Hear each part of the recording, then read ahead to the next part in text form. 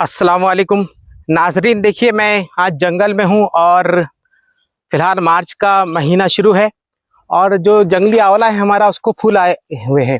इनकी जो जसामत है वो थोड़ी सी मुख्तलिफ होती है और ये फूल जो जिस आंवले का मुरब्बा बनाया जाता है उससे थोड़े छोटे होते हैं और इनकी ख़ास बात ये होती है कि ये बहुत ज़्यादा ताकतवर भी माने जाते हैं। तो आप जंगल का कितनी खामोशी है यहाँ पर देखिए, सब तरफ खामोशी है। मैं जा रहा था यहाँ से और ये पूरा इलाका देखिए आप लोग किस किस्म से है। तो जंगलों में ढूंढना और घूमना काफ़ी मुश्किल होता है, लेकिन फिर भी यहाँ पे टाइगर जोन है बेसिकली, ये इनको ढूंढना बड़ा मुश्किल है। तो ऐसी चीज़ें यानी जो जंगली आंवला है, अब इसका जो हम च्यवनप्राश बनाएंगे वो बहुत ज़्यादा ताकतवर होता है बनिस्बत जो आंवला हमें वैसा मिलता है। तो इसका यानी जंगली आंवले का जो वीडियो है मैं यूट्यूब पे ऑलरेडी अपलोड कर चुका हूँ, उसका जो लिंक है वो मैं डिस्क्रिप्शन बॉक्स में दे दूंगा।